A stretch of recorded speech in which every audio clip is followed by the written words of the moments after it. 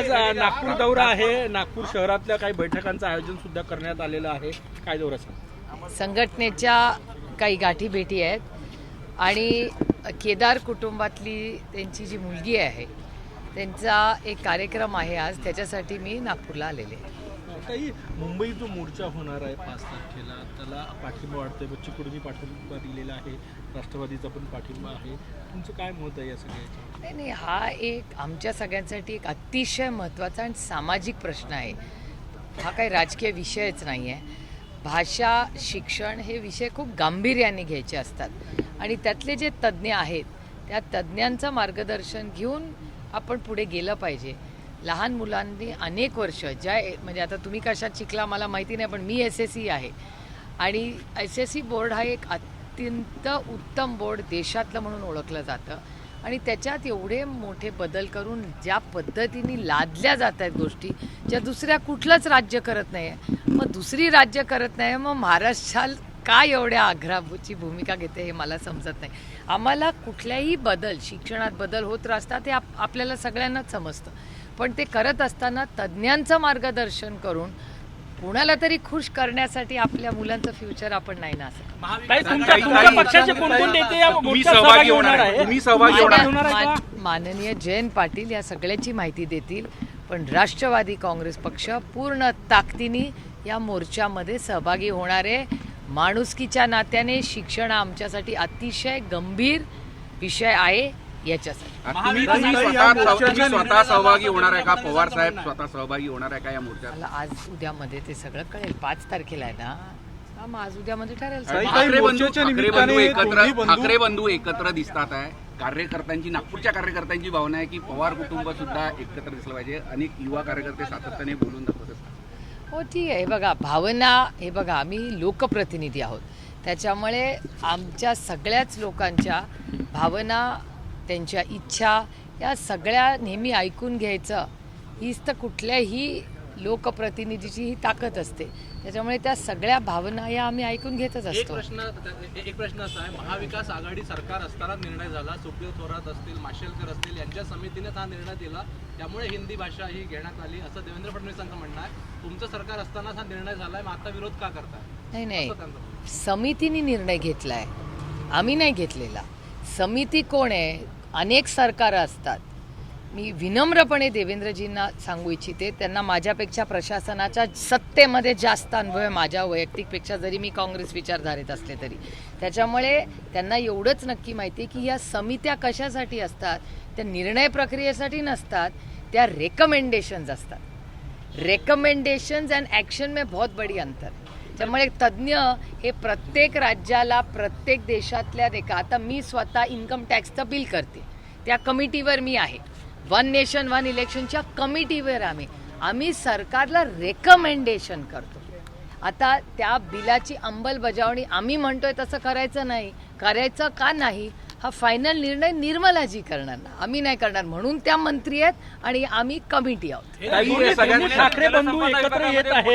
एक मिनिट थांबा ना, त्यांचा होऊ दे ना. जरी हे खरं असलं तरी तेव्हा समितीचा निर्णय हा स्वीकारणं किंवा फेटाळणं, मग तेव्हाच फेटाळला का नाही? मराठीचा मुद्दा, तर तेव्हाचे मुख्यमंत्री हे मराठीवादी होते, तेव्हाचे मुख्यमंत्री हे मराठीला पहिली भाषेसाठी आग्रही होते, तर तेव्हाच्या मुख्यमंत्र्यांनी तो का फेटाळला नाही असं फडणवीसांचं म्हणणं आहे. नाही, त्यांना म्हणा, हे बघा आम्ही लोकशाहीवाले आहोत, त्याच्यामुळे एका सशक्त लोकशाहीमध्ये प्रत्येकाला बोलायचा अधिकार आहे आणि नुसतं बोलायचं नाही, जो समोरचा आहे त्यांनी ऐकून घ्यायची पण ताकद आहे. त्याच्यामुळे माननीय देवेंद्रजींना बोलायचा अधिकार आहे, पण फॅक्च्युअल सिच्युएशन अशी आहे की रेकमेंड केलेलं आहे.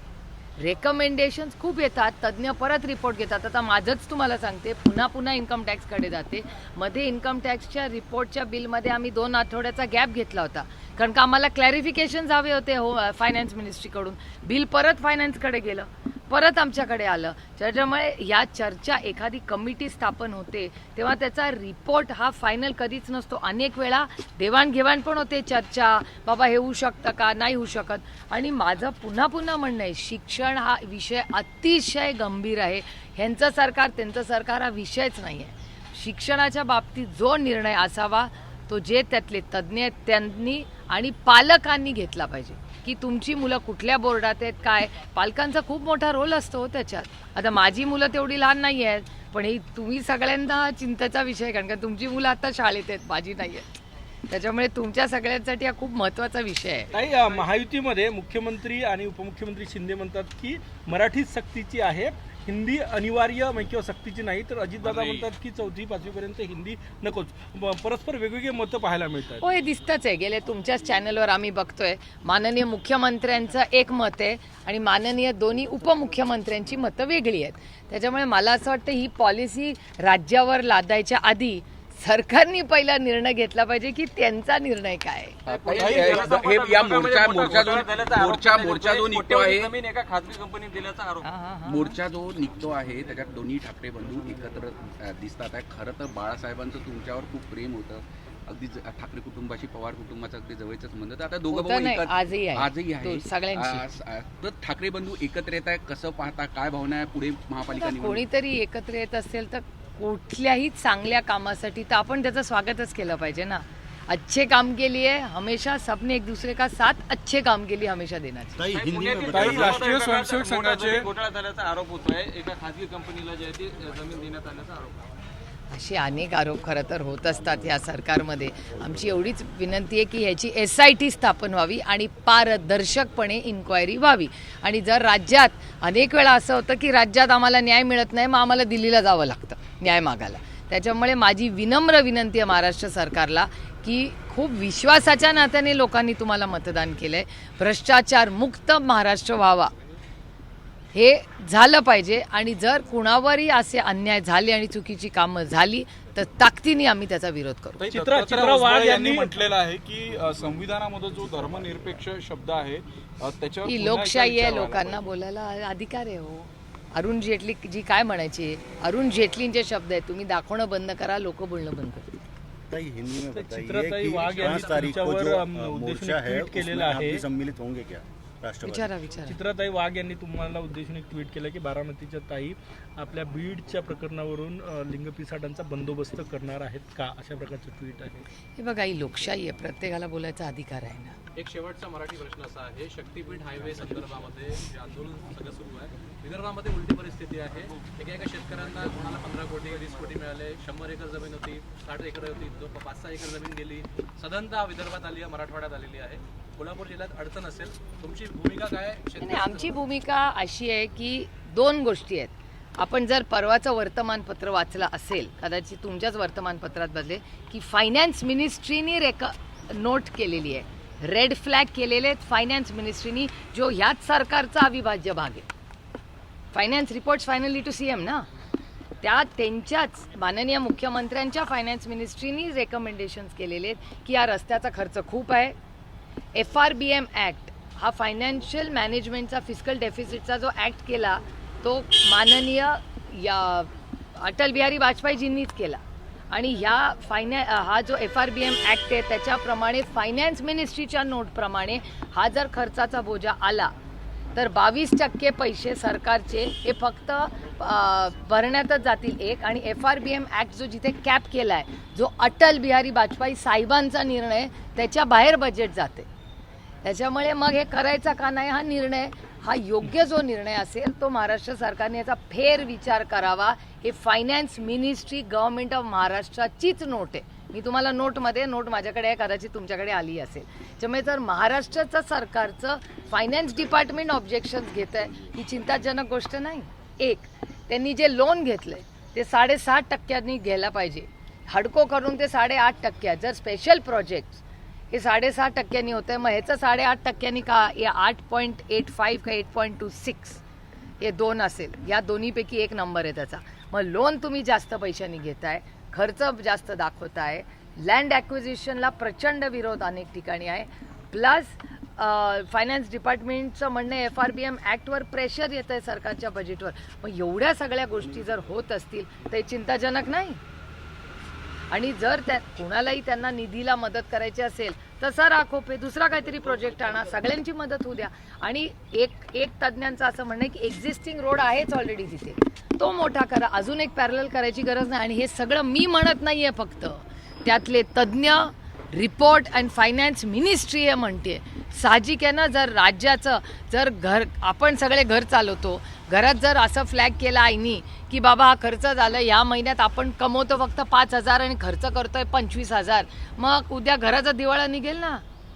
इट इज व्हेरी म्हणजे ह्याला काय रॉकेट सायन्स नाहीच आहे. मी काय फायनान्स तज्ज्ञ नाही आहे. जर मला कळतंय तर ते कुणालाही कळायला पाहिजे. आयकर विभागाशी महिला बाल कल्याण विभाग MOU करणार आहे. लाडक्या बहीण योजनेमध्ये ज्या घरचे लोक आयकर दाते आहेत त्यांना शोधण्यासाठी हा MOU असणार. मला काय आश्चर्य वाटत नाही हो. आमची 6 महिन्यापूर्वीची भाषणं काढून बघा. आम्ही हेच तर सांगत होतो, या योजनेचं हे काय काय करतील. उद्या यातली 50-60% महिला कमी केल्या तरी मला आश्चर्य वाटणार नाही. मंगलप्रभात लोढा यांनी जे आहे ते छत्रपती शिवाजी महाराज आणि महाराणा प्रताप यांची एकमेकांची तुलना केलेली आहे. महाराणा प्रताप मी ऐकलेलं नाही, त्याच्या मी ऐकल्याशिवाय बोलत नाही कधी. काही गरज भासल्यास तुम्ही दादांशी या विषयावर चर्चा हिंदीच्या विषयावर चर्चा करणार आहात का? नाही, दादा भुसे कॉम्पिटंट मिनिस्टर आहे ना. अजितदादा नाही पण डिपार्टमेंट कोणाकडे आहे? डिपार्टमेंट दादा भुसे, तर दादा भुसेंशीच बोलायला पाहिजे ना. अजितदादांशी हो, पण ते आमच्याच बाजूनी आहे. ते विरोधच करतायत आमच्यासारखा. सहभागी व्हावे म्हणून चर्चा नाही करणार नाही आहे. हे बघा, ते सत्तेमधल्या लोकांनी आंदोलन जर करायचं असेल, how does it work boss? ही लोकशाही, lines are drawn of roles. आणि तो तुम्ही पण येऊ शकता, तुम्हाला जर ऑब्जेक्शन असेल तर. आंदोलनात आमंत्रण, ह्याच्यात काही काय पक्षाचं आंदोलन नाहीये, हे भाषेसाठी आहे. ज्याला इच्छा असेल तरी त्याचा स्वागतच तुमचं आहे. दादांना आमंत्रण आहे का याच्यासाठी? तुम्हाला मला जर प्रश्न विचारायचा आहे, अजितदादांशी मी रेग्युलरली बोलते, एका सशक्त लोकांच्या, आणि देवेंद्रजींशीही बोलते, एकनाथ शिंदेंशीही बोलते, आणि दिल्लीतल्या सगळ्या मंत्र्यांशी मी बोलते. आणि मी ते फोटोही ट्विट करते. मी कोणाला हुड बीड घालून मी भेटत नाही. मी दिल खोल के, सुप्रिया सुले जो भी करते दिल खोल के करते और ओपनली करते. मी काय लपून छपून कोणाला भेटत नाही. आपल्याला काय चोरी कोणाला भेटायची. त्याच्यामुळे मी व्यवस्थित सगळ्यांना भेटते, आणि भेटल्यावर माझे फोटोही मी ट्विट करते. कारण का मी एक लोकशाही आहे, मी एक सेवक आहे. माझी जबाबदारीच आहे ना सगळ्यांना भेटून कामं करून घेणं. त्याच्यामुळे मी सगळ्यांना भेटते. फक्त देवेंद्रजी मला वेळ देत नाहीत. त्यांना खूप वेळा करते, ते वेळ देत नाहीत मला. हा एक छोटा प्रॉब्लेम आहे. जर आज भेटले तर कंप्लेंट करा ना माझ्यावर. कुठल्या मुद्द्यांवर चर्चा करायची आहे देवेंद्रजींशी? मला देवेंद्रजींकडे आता 2 महत्त्वाची कामं आहेत, ज्याच्यासाठी हे काम आहे. एक तेली समाजाचा एक इश्यू माझ्याकडे वारंवार येतोय. त्या समाजाचे लोकच मला भेटायला आले आहेत. त्यांचा एक इश्यू आहे, त्याच्यासाठी मी त्यांची वेळ मागितलेली आहे. दुसरं हिंदी भाषासाठी त्यांनी जर वेळ दिला तर आम्हाला आवडेल थोडासा. शिक्षकांचे अनेक प्रश्न आहेत, आणि त्याच्यानंतर शेतकऱ्यांच्या अनेक अडचणी आहेत. त्यांची कर्जमाफी सरसकट व्हावी हा एक महत्त्वाचा विषय आहे. आणि त्याचबरोबर 1 रुपयानी त्यांनी इन्शुरन्सनी एक स्कीम सुरू केली होती, ती अशीच बंद झाली. काय कळलंच नाही, आली कधी स्कीम आणि गेली. ती इलेक्शनच्या आधी आली होती आणि आता एकदमच गायब झाली. त्यामुळे क्रॉप इन्शुरन्सवर नक्की अनेक विषय आहेत. आणि मला देवेंद्रजींना विनम्र विनंती करायची आहे की दरवर्षी अशी सिस्टम असते की जेव्हा सेशन सुरू होतं त्याच्या आधी सगळ्या खासदारांना बोलवलं जातं, आणि आम्हाला सांगितलं जातं की राज्याचे हे प्रश्न आहेत. एक पुस्तिका दिली जाते, आणि ते काम मग सगळ्या खासदारांनी दिल्लीत फॉलोअप करायचं असतं. गेले 2 सेशन अशी मीटिंगच घेतली नाही. त्याच्यामुळे तुमच्या माध्यमातून योगायोगाने तुम्ही म्हणला तर माननीय मुख्यमंत्री आज नागपूरला असतील. माझी सगळ्या पत्रकारांना विनंती आहे की तुम्ही त्यांना माझ्या वतीने आणि खासदारांच्या वतीने विनम्र विनंती करा की एक मीटिंग आमच्यासाठी घ्या. म्हणजे महाराष्ट्रातले दिल्लीचे जे प्रश्न आहेत आम्ही ताकदीने, त्याच्यात काय पक्ष नाही आहे, राज्याच्या वतीने आम्ही सोडू. तुम्ही माननीय मुख्यमंत्री म्हणून आम्हाला गाईडलाईन द्या. आणि ही प्रथा आहे गेले 50 वर्ष. जयंत पाटील भाजपात येणार गेल्या अनेक दिवसांपासून ह्या चर्चा सुरू होत्या. पण आता चंद्रकांत पाटील थोड्या वेळापूर्वी काही बोलले आहे की जयंत पाटील यांना घ्यायचं की नाही अजून देवेंद्र फडणवीस यांनी ठरवलं. ऍप्लिकेशन आलंय का? पण कसं आहे, मी जर ऍडमिशन मागितली तरच प्रश्न येतो ना. आता जर मी ऍडमिशन मागितलीच नाहीये तर आता प्रश्न वेळ येतो कुठे?